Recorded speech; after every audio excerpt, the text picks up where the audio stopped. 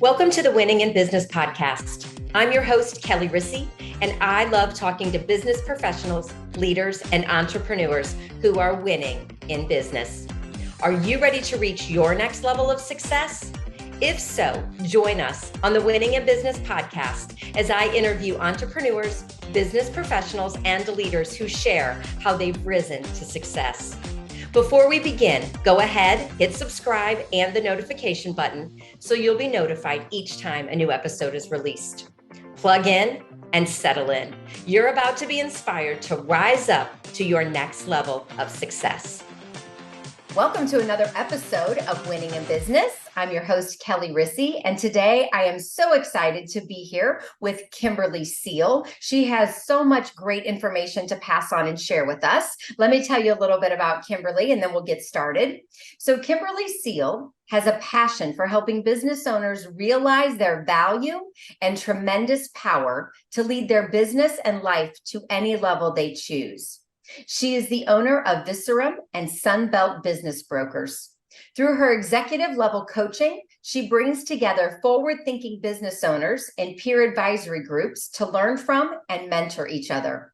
She loves helping business owners develop a comprehensive strategic plan to exit their business, whether it's tomorrow, next month, or in 10 years. She is a contributing author for Forbes and Entrepreneur Magazine, and she currently resides in the St. Louis area. So Kimberle, welcome. Thank you. Thank you. Excited to be here. So, I'm excited to have you. I know we had such a great conversation, and I was just, I don't know, kind of blown away with all the things that you do and how you're helping people. So let's start with, how did you get into doing what you do? Take us through the shortened version of the long journey.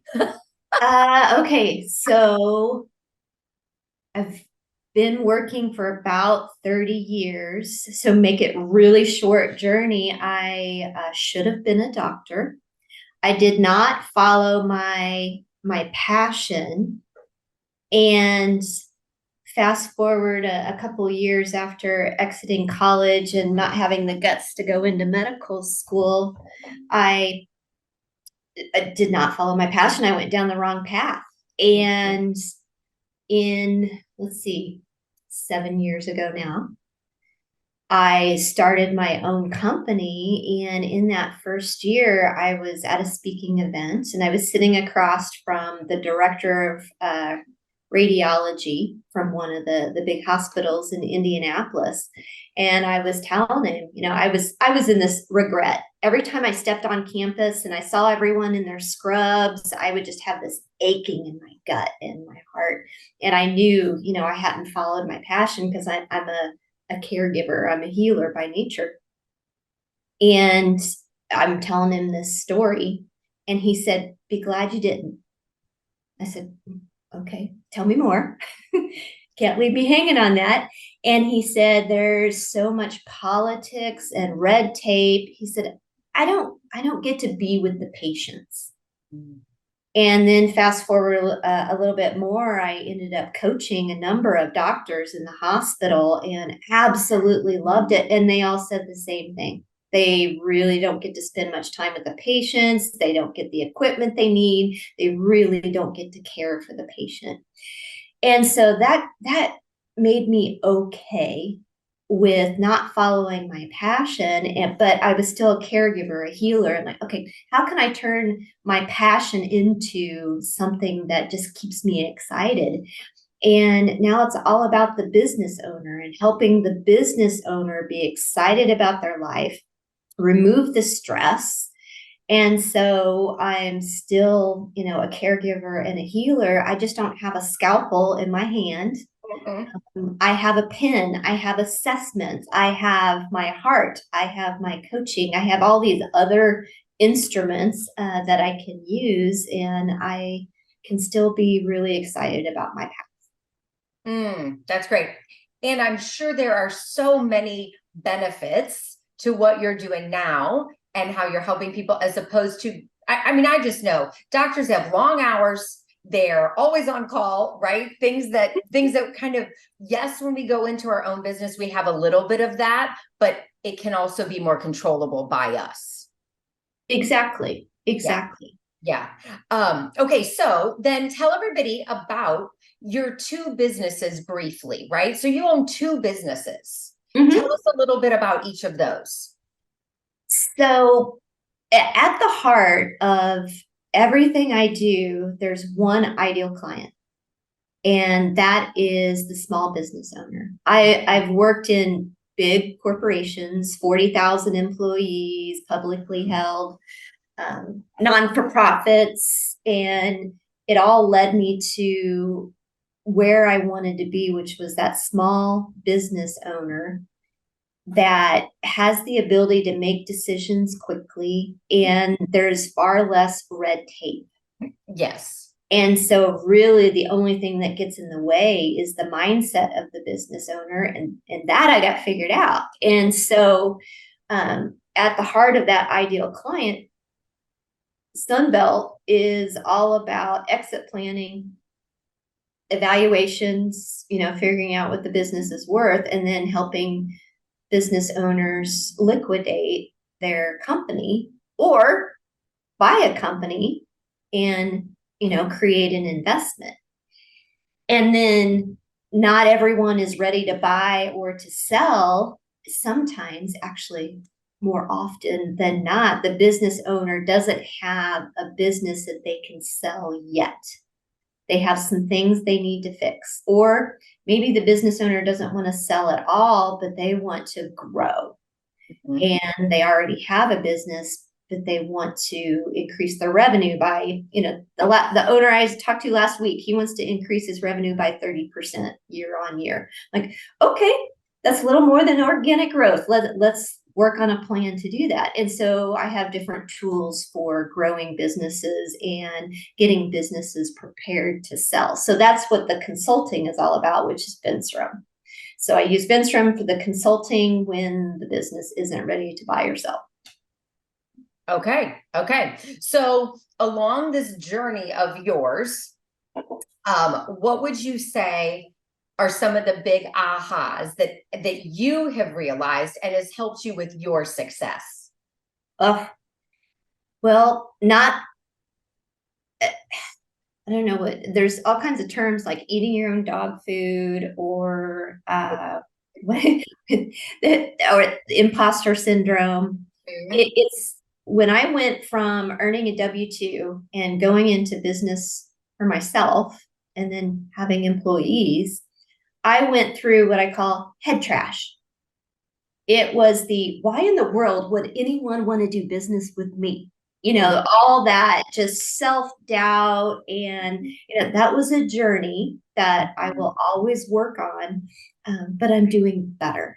And so I really had to make a big shift in my mindset to portray confidence that isn't ego-driven. Or self-driven, to be able to untie myself from the business owner's results and just guide the business owner the best I can and do what I can to remove their head trash. So that was one of the ahas that I was not prepared for when I went into business. And I should have known it would be there because it took me so long. I thought there was something wrong with me when I worked in corporate America.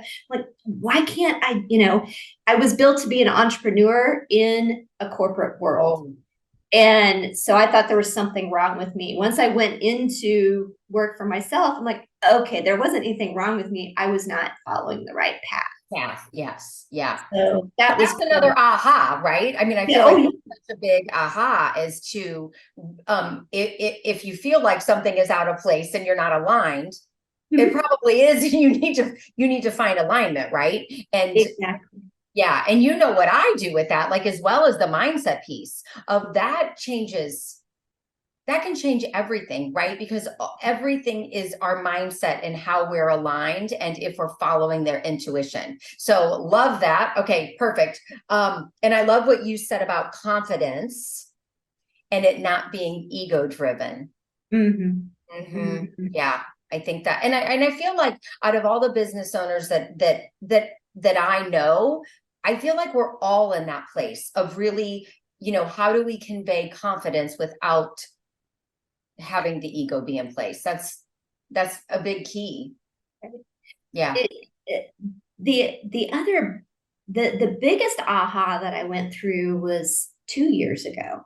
And it was because I read, or actually watched the movie, and then I read the book, and then I watched the movie again, and then I read the book again, by Wayne Dyer, The Shift. We're taught in school or as a business owner, we're taught to have these goals. And depending on how you grew up, you're taught to have a mission and a vision. It was more of the having a mission for my life, not having the goal be the end all be all. Okay, let's make this much in money and let's have this house on the beach. I stopped looking at those goals and decided to have a life experience. Here's what my life needs to be like. And the part of the bio that I intentionally didn't give you, because it was part of my aha, it was the fact that I have 4 kids. And 3 of them are girls. And, they all grew up with, confidence issues. And my son's doing great. He doesn't, at least he doesn't display the confidence issues. But it's how can I leave my children in a better place than where I grew up?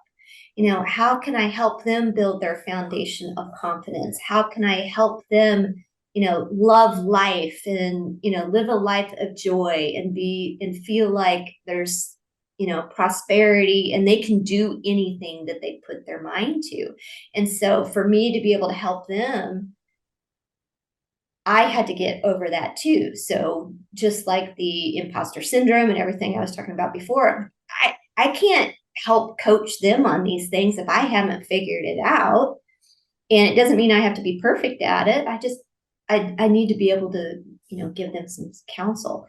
And so it's all about the life experiences and being happy and, giving back. And that was probably the biggest aha, was, putting goals a second, and how do I want to live my life, which includes business. Yes. Oh, and really looking at all the different aspects of life that we need to include every day. You know what I mean? Like, to have the experience of a great life, for me, it includes, where is my health? And where are my relationships and my spirituality and, my home environment, all of those things that go into that to really create the experience that I am looking for, along the line, knowing that I have goals in place while I'm living that ultimate experience. Exactly. It's, anyone that I've talked to, it doesn't mean this is everybody, because I try really hard not to generalize, but anyone that I've talked to that's a mom, they feel like they should give to everybody else before they give to themselves. And I had a mom on Saturday, we're walking through the park, and she's saying the very same thing, and how tired she is, and she doesn't feel like she can give well. And it was all about, I'm like, well, how full is your cup? How can you give from an empty cup? And if you look at it from it's not a selfish thing to do, to actually take care of yourself so you can give more. Right. And she said, I never even considered it that way. I said, oh, give it a try, see how it works. Yeah, it's the whole oxygen mask metaphor, right? Like, what do they tell you on a plane? Put your oxygen mask on first. Exactly. Before you do your child's or whoever, is with you. And definitely, I think that goes into not only being a mom, also being a business owner, right? As business owners, we have to take care of ourselves. We have to make sure that we are resting, we are relaxing, we are just taking care of our health, because if we don't do it, we can't run a business, bottom line. No one else is going to do it for us. Right, exactly. Yeah. So I always ask this question, but because I feel like I like to keep it real, what challenges do you currently face as a business owner? It goes back to that same, I don't believe there's this balance, but making sure and being okay with, if I am tired and I'm not feeling good, it's really okay if you can't give your best to postpone a meeting and Mhm. just be okay with that. Because if you can't give your best, you might leave the wrong impression, you might make the wrong decision, might you might not give the right counsel to somebody. And it's the constant reminder of the regimen to keep your cup full and keeping that top of mind that will always be the challenge. When I grew up in a very, very different world and mindset, I've got 50 plus years of you give to everybody else first. And so it's going to be the constant learning and the constant filling my cup. Yeah. And how do you fill your cup? How do you like to do that? Well, I didn't last night. My dog kept me awake, so I didn't get as much sleep, but it's sleep, food, supplements, meditation, exercise, reading, continuous learning. That could fill a day. And so being okay with doing a little bit of those things. Yeah. And if you skip one, not beating yourself up and, keeping that, your mindset, not letting the trash in and the toxic people around you, just constantly protecting what comes into your brain. Yes, I think that's so important. Just, who are you hanging around with and talking to on and sometimes we don't have a choice. We can't choose our family. Right. But as much as possible, are we, being around people that challenge us, that lift us up to the next level, right? Because we're doing that with other people as well. And just surrounding ourselves with positive people also. I mean, that makes a huge difference. Oh, it does. Yeah. It does. Yeah. And when you had said something that made me think of, that I don't know what you were talking about, but we should never make decisions on an empty stomach.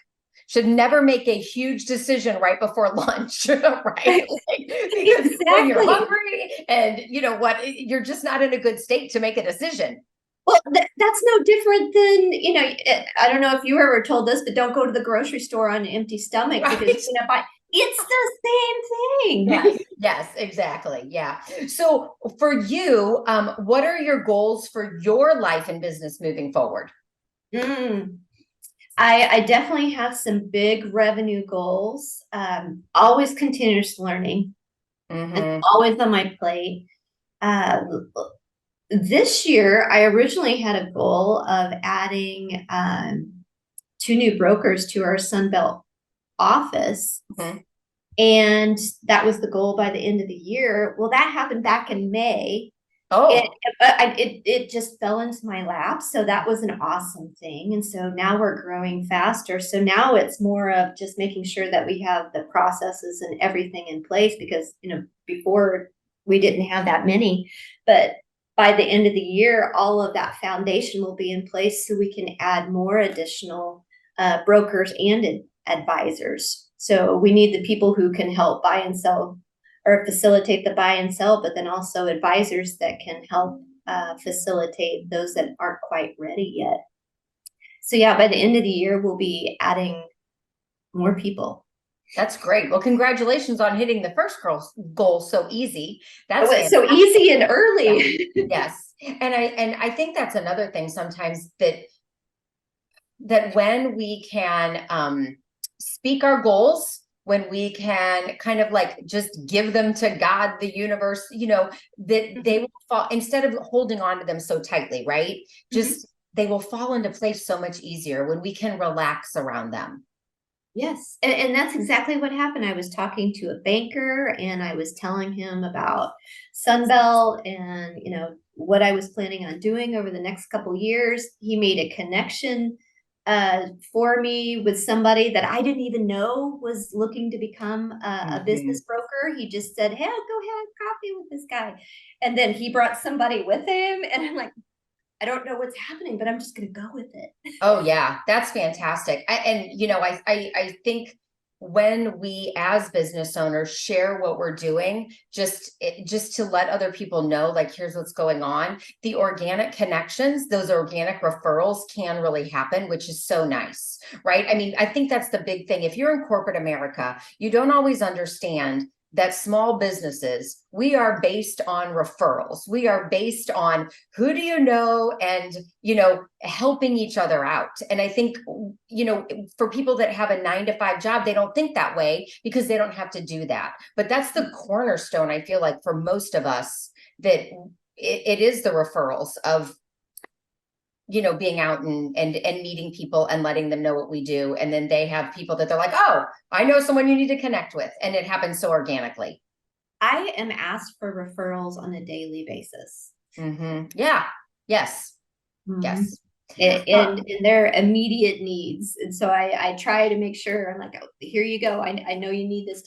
Someone asked me on Friday, hey, I need a commercial appraiser. I'm like, okay, here you go. Yeah. And isn't it interesting that it is so easy for us to refer other people, and yet we get stuck in the imposter syndrome? Oh, I'm not now.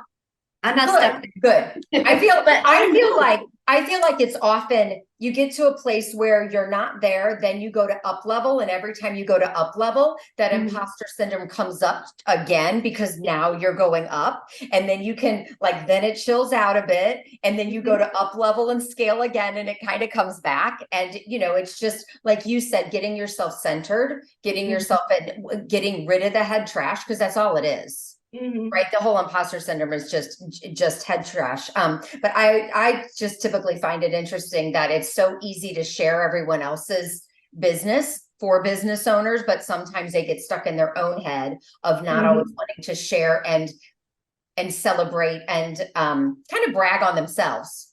I agree. So what accomplishment are you really proud of that you'd like to share? When we talked about that earlier, I do not like bragging. It is just not one thing that I do. But the thing that I probably got excited about the most was leaving corporate America. I mean, I've written a book. I've started businesses. That wasn't the hard thing. The hard thing was leaving corporate America and truly going all in 100%, more than 100%, into business on my own. And like I mentioned before, the mental stuff that was behind that, and the journey that it took to really get rid of that, that was the hardest thing I ever did. Yeah. And do you write about that in your book? No. Oh, well, share. What's your book called?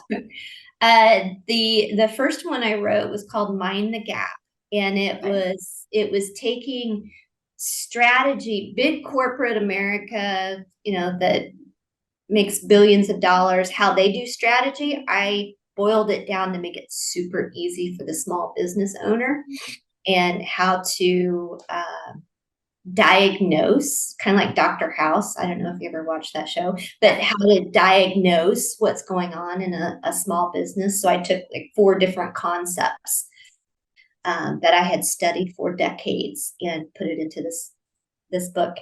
And then the second one was a journal, just a way to be very, very focused and create momentum. So it was a journal to do that. And then the third one, I was a collaborator on living life abundantly. Yes, excellent. And are all of those on a website? Are they on Amazon? If people want to find them, can they find them? The first 2 are on Amazon, and then the third one, I don't know. I didn't publish it. I was just a collaborator, but I have a pile of them that I can provide for free. I've got 200 of them in my closet that I continuously forget to give away. Yes, you need to. You need to definitely give those away. Because I think living life abundantly, that, I don't know. I just feel like for me, that is something I definitely like always have in mind, is how am I living life abundantly? And so there's probably some great chapters in there, and your chapter is probably amazing in that one. Yeah, mine's all about focus. Yeah. Oh, perfect. You know what? Everything that we want and need in life is available to us. And I 100%, I've had too many things, too much synchronicity happen in my life to believe otherwise. And it happens on a daily basis. So yeah, there's a world of abundance out there. Yes. All about opening your mind and your life to it. Yes. That whole, going back to what you said in the beginning, right? It's the whole mindset piece of that, to be in the abundant mindset. And it's fabulous. Okay, so where would you like to lead the listeners so that they can connect with you? What's the best place for them to connect with you? Is it on a social media platform? You can also share your website, anything that they can touch base with you. Definitely on LinkedIn or my website, Vincerem.com. Okay, Vincerem.com or LinkedIn at Kimberle Seale. And that is, we got to spell your whole name. So it is I should have you spell it. You spell it instead of me spelling it. I was going to say, because it's the one thing that people will not find me, because, and I tell everyone my name is not spelled normal. Yeah. Which I don't know that there is a normal. And I tell them, well, my mom was taking a lot of drugs when I was born, so she wasn't too sure how to spell Kimberle, but yes, it's Kimberle.